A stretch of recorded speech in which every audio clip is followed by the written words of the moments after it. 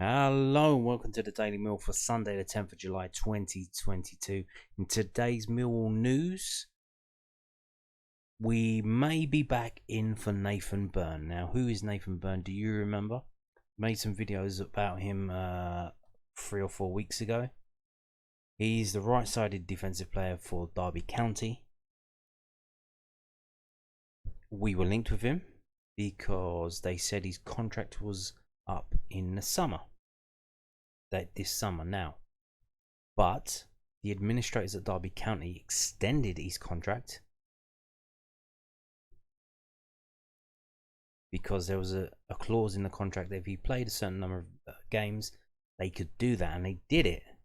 We were set to get him for free. Well, not set. We were one of a number of options. I think it was us and Stoke. But we were lining him up to sign him on a free, which would have been nice. Then they extended his contract, and if we wanted him, we would have to pay some money. And then it kind of disappeared. But now it seems that the free option may be back on. And we're going to get into that and read what just happened and what's going on. The Derby fans apparently are not happy about this. So this is from Derbyshire Live. Nathan Byrne set to follow the lead of Lee Buchanan and leave Derby County. Nathan Byrne looks set to emulate Lee Buchanan and leave Derby County by walking away from his contract at Pride Park. The right back was not in the squad for today's 2-0 win over Bradford City. I think this was yesterday, so Saturday. As the Rams began their pre-season campaign with a comfortable victory. Derbyshire Live understands that, like Buchanan, the defender has exercised his right under the transfer of undertakings to leave the club following the Rams takeover. Derby had originally taken up the option of extending Byrne's deal by 12 months, a move that had been backed by the Football League, but because the club has been moved to a new company following Close Development's purchase of the Rams, it is governed by legislation known as Transfer of Undertakings, TUPE. While staff are automatically switched to a new company, employees have the right under TUPE to be told about the transfer and can object to the move, meaning they effectively resign. It is the same route that Buchanan took to leave the club for Werder Bremen, a move that the Rams are still yet to acknowledge. But Derby are fighting for compensation for Buchanan, who is under 24, and it is understood Derby will not give up the fight to gain some reward for a player who had spent 7 years at Pride Park. Byrne, however, is believed to have interest from a number of Championship clubs, with the 30-year-old having been linked with Stoke City earlier in the summer. Derby have declined to comment. And then they go on to talk about some other stuff. Okay. So what is happening here? So basically, we have precedents for this. When a company takes over another company, and that's what's happened here, the old Derby County company has been taken over by a new one. What they do, all the employees get to keep their jobs. They can't just fire them, and it's in law. You can't just come in, take over a company, fire all the employees, and basically asset strip. What you can do is come in, do redundancies, maybe close down this office under a certain amount of time, and then you say, well, if you want to keep your job, you're gonna have to move here, move there, and then obviously people are going to say, well, I'm not going to do that, and then they quit. But that, in general terms, that's for like someone in a factory, someone in a retail job. You don't want to have your company taken over that you work for, your employers, and then you just get tossed out like old rubbish. There's a law that they can't do that to you. But if, in this instance of football business, you have some value and you can take that value and go elsewhere, you can politely inform the company that's taking over your contract under TUPE and tell them, no thank you, I don't want to be a part of that. And that's what's happening here with these footballers, and there is some precedence for it. So we're just going to get into this quickly. This is from scottzine.com. It is all the way from 10 years ago, 2012, and it is about what happened when Rangers Football Club went into heavy administration, or they went bust or something. Maybe even liquidated. I don't know what happened there, but they literally went out of existence, and then another company took them over, and they tried to keep all the players there, and the players were just like, yeah, no, that's not happening. So the Transfer Undertakings Protection of Employment Regulations 2006, or TUPE for short, protects employees in instances of the business that they work for being sold to a new owner. TUPE grants employees the legal right to transfer their employment to a new employer on the same terms as their existing contract with their old employer. The new employer takes over the contract from the old employer and is legally treated as if the original contract was made with the new employer. That's it as well. So if they're bringing you in to their company, they have to keep you on the same contract that you're on. Even if there are people at their company that are old employees that are on less money than you doing the same job, that doesn't matter. If you got a pay rise, your pay rise sticks. To use an example from the current Rangers saga, Stephen Whittaker signed a 5-year deal at $20,000 per week at the beginning of last season. He currently has 4 years left to run on that contract. If he had chosen to transfer over to new Rangers, then legally it would be treated as if he had signed that 5-year contract with the new He would have 4 years left to run and would still be paid $20,000 per week and have the exact same terms as he did at old Rangers. His contract would be completely identical. For the vast majority of employees, they will transfer to their contracts to the new employer, as it avoids the prospect of unemployment for the employee. However, TUPE does not force employees to transfer their contracts.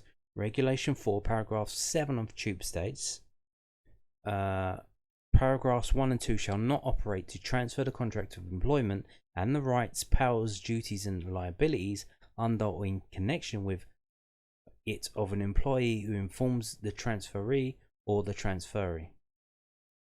So paragraphs 1 and 2 are the paragraphs which set out the transfer of the contract. The paragraph cited clearly states that if the employee doesn't wish to transfer to the new employer, all he must do is tell either the transferor, in this case the soon to be liquidated Rangers currently run by Duff and Phelps, or the transferee, Newco Rangers owned by Charles Green, that he objects to the transfer. So this apparently is what Nathan Byrne has done.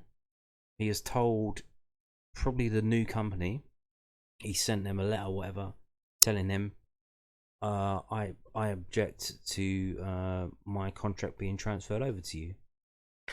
Thank you very much. Goodbye.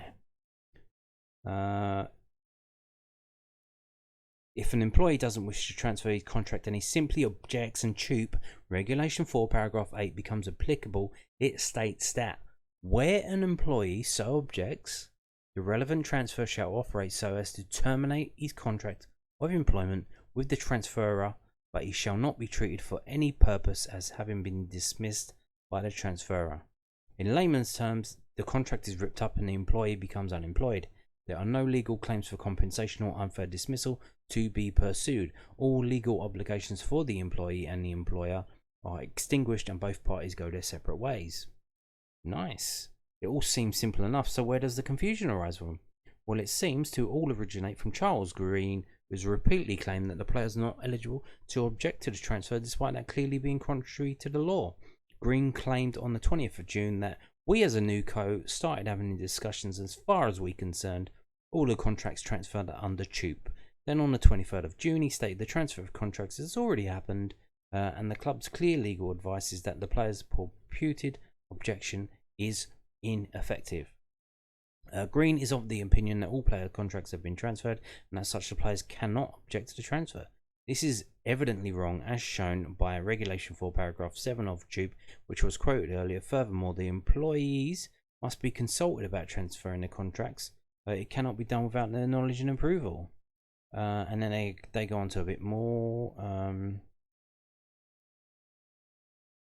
Yeah, so basically then they go into all the minutiae of the Rangers thing.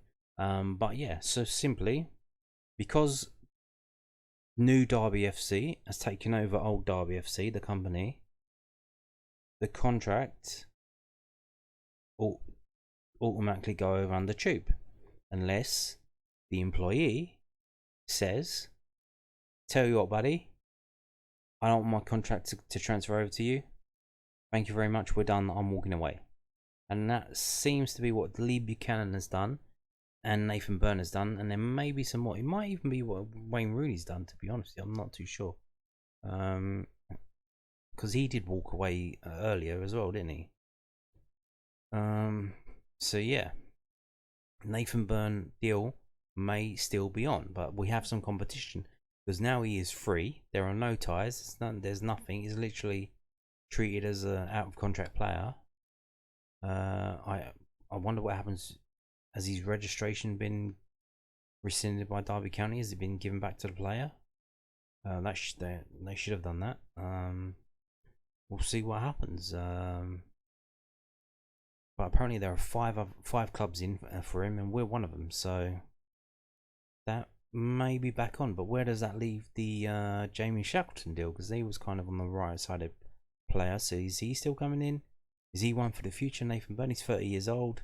He's probably going to be maybe 1 or 2 seasons at most at championship level, at a quality level that we want. And then maybe he'll move on. But we shall see. We shall see. So we're going to move on now to this story from NewsatDens.co.uk. 5 talking points from Mill's first friendly. Mill's first pre-season friendly may have ended in a narrow defeat, but there are plenty of positives to take from their match against Crystal Palace.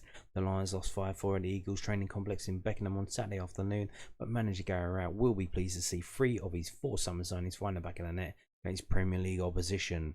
While the host played a near full-strength lineup from the start, Millwall opted to play 2 different sides in each half, allowing fans to see most of the squad in action for the first time since last season. I think the only players that didn't get any time were the ones that stayed on the bench for both halves. Sanford, Alfie Allen, Nana Boateng, and there was someone else, I think. I've forgotten. Check out yesterday's video if you're bothered about that.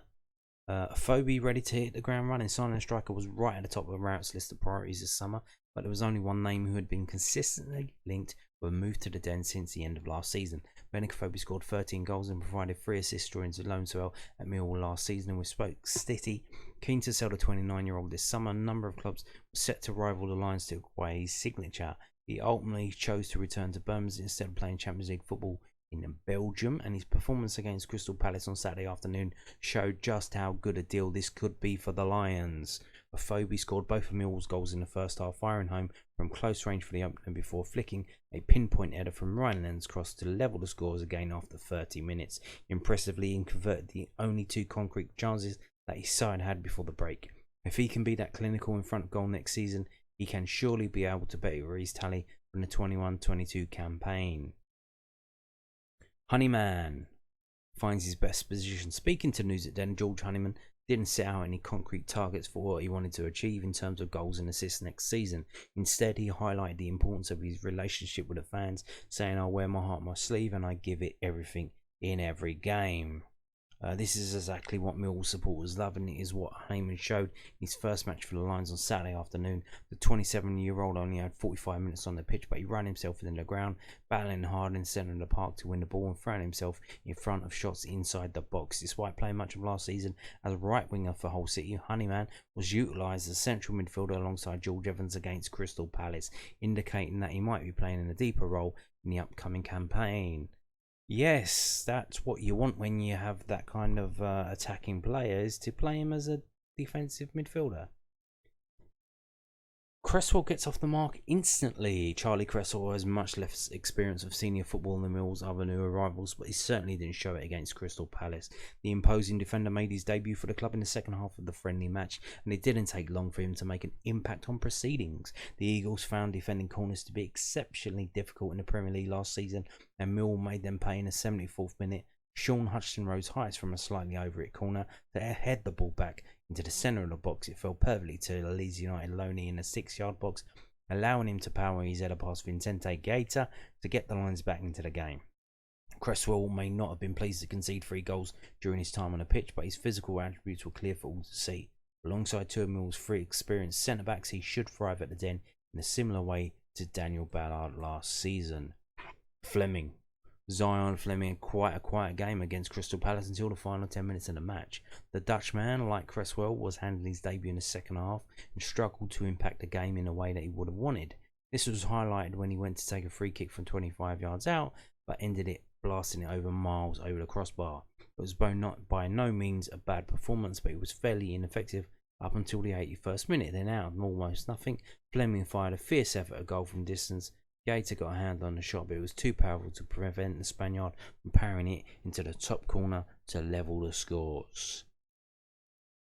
The 23-year-old admitted to NewsatDens that it might take him a bit longer to adjust to life at Millwall than some of the club's other new arrivals, but his stunning strike on Saturday shows the type of player that he can be. Once he adapts to English football, he could easily become one of the better players in the Championship. Formation. Millwall's formation has long since been a topic of conversation. Rao told NewsatDens that he would like to continue using a 5-at-the-back system next season, but wanted the flexibility to change in game when required. The Lions started last season playing a 5-2-3 with 2 wide players sitting either side of the lone striker. Towards the end of the campaign, Jed Wallace was moved from the right to a more central position behind 2 strikers, and this seems to be the formation that Rowett is leaning towards for next season. The Millwall boss opted for a 5-2-1-2 formation against Crystal Palace. First half saw Mason Bennett playing behind Afobe and Tyler Burry, while Zion Fleming moved into the 10 role with Bradshaw and Isaac Olofi playing up top after the break. It shows that Millwall may end up playing without any wingers in their starting lineup next season, instead relying on the wing backs to add with in the final third. However, this does mean that the Lions can have 2 strikers in the box while also using an attacking midfielder to play just behind them. Given that their output often struggled for goals last season, this seems to be a logical decision that should improve their output in the final third. Indeed, but what will it do defensively? We saw that yesterday and there wasn't much defending going on. There wasn't much tracking back going on as well. Positioning, stuff like that, tracking the runners. Yeah, if the wing backs are going to go up, they need to come back down. Or we need to do a thing where they shift over. The centre backs need to shift over and fill the gaps, and you can't let Charlie Cresswell go one-on-one. You need to help him out. But it was hot yesterday, and we'll see how they play against Dartford. Yeah, 5 points, 5 talking points from Millwall's game there from the NewsatDens. Now we're going to finish with this. I brought you this last summer. I'm going to bring you this summer. This is from experimental361.com. It is the squad retention graphics for the Championship. With the transfer window in full swing, I've been keeping tabs, not me, him, on how much Premier League and EFL squad is changing as usual. I've harvested the data from the official retain list, the BBC transfer page, transfer market, Twitter and matchday squads from this season, so hopefully I haven't missed anyone. You can see all the information that I've compiled in a Google sheet here. Please let me know via Twitter if you think I've gotten anything wrong. There's a brief explanation of how these work at the top of each graphic, but in summary, I've plotted a donut chart, for each club where every player's share of their league minutes from 2021 is represented by a separate segment ordered from largest to smallest. I've then shaded them dark if they're still at the club and light if they've left, so you can see at a glance how irregularly the teams retained and departed players featured last season. So there you go. Did you understand that? Figure that out. So how many players have left? I have a lot of players left, and we're looking at the Championship. So squad retention Championship, percentage of 21-22 league minutes accumulated by players still at each club. Each segment is a player with size proportional to minutes played last season in descending order. Dark shaded segments indicate players still at club. Light shaded segments are those who have left. So you're starting at the top and you're going clockwise around. The first 11 from last season, are they still here? Are they not here? Still here? So we have here from Millwall 1, 2, 3, 4, 5. So our sixth player, most played player last season has gone. I think that must be Danny Ballard. And then we go along and there's like a 10th one. I think that's Jed Wallace. So we've only lost really 3 biggish players, and then a few smaller ones at the top. But most of the squad's still there. And if you look in this league, you can see that that's more or less the same for most of the clubs in this league. Luton have lost number 2. Norwich have kept most of their team, which is quite surprising. Most of their first choice 10. Middlesbrough let quite a few squad players go. Preston have lost 1 and 2. So could we see some trouble there? QPR, the famous QPR who keep getting linked with Daniel McNamara, they've lost number 1. They've let a lot of minor squad players go, but they've kept most of their team. But Reading are the ones who are really in the doo-doo. Most of their first team from last season have gone. Now, that's probably because they weren't that good last season. But same for Cardiff. You see why Cardiff signed so many players early on. They needed to, because they've let a lot of players go. Again, Stoke, Birmingham. Birmingham are in trouble as well, financially. Could we see them get points deducted this season coming up? To be honest with you, I'm not really that bothered. I was last season, because there was a possibility. Genuinely, at the start of last season, I think relegation might be on the cards. This season, I literally am not even thinking about relegation for Millwall. It's not even on my radar. I don't know about you, but I'm not even worried.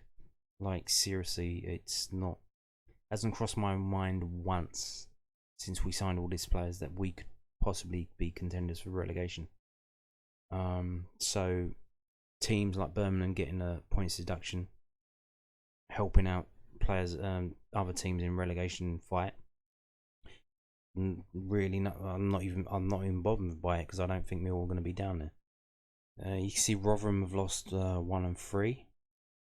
Burnley have lost 1 and 2. So quite a few teams have lost their big players from last season, and the ones at the bottom row have just lost quite a few overall. The teams at the top, though, they've kept their players, but are they good enough? Bristol City. Now, did they sign players on long contracts that they can't get rid of? Do they want all these players? They got a retention of 92.6, Wigan 91.5, Coventry 86.3. Does that prevent them from adding to the squad? Because they've got the squad done, but they can't improve it. You know what I mean? They can't add to it because there's no room. So Stoke, though, the manager was moaning, Michael O'Neill. We've got these players like Benekafobi on contracts. We got to get rid of them so we can bring in new players. We can't really do anything until we do that, because then we got money to improve the team. So it looks like if you're a Stoke City fan, there's really no excuses now. The geezer's got what he wanted. He's got the players out. He's got the budget. So what's he going to do with it? And if it's another abject failure of mid-table mediocrity for Stoke, you got to think that after that the manager's out the door. But yeah, what do you think is going to happen next season? Who's going to improve their position? Who's going to stay where they are? Who's going to go down? Who's going to be the surprise drop off? Middlesbrough, I think they're going to do quite well. Yeah, I really do think Millwall have got a really good chance in this league. I'm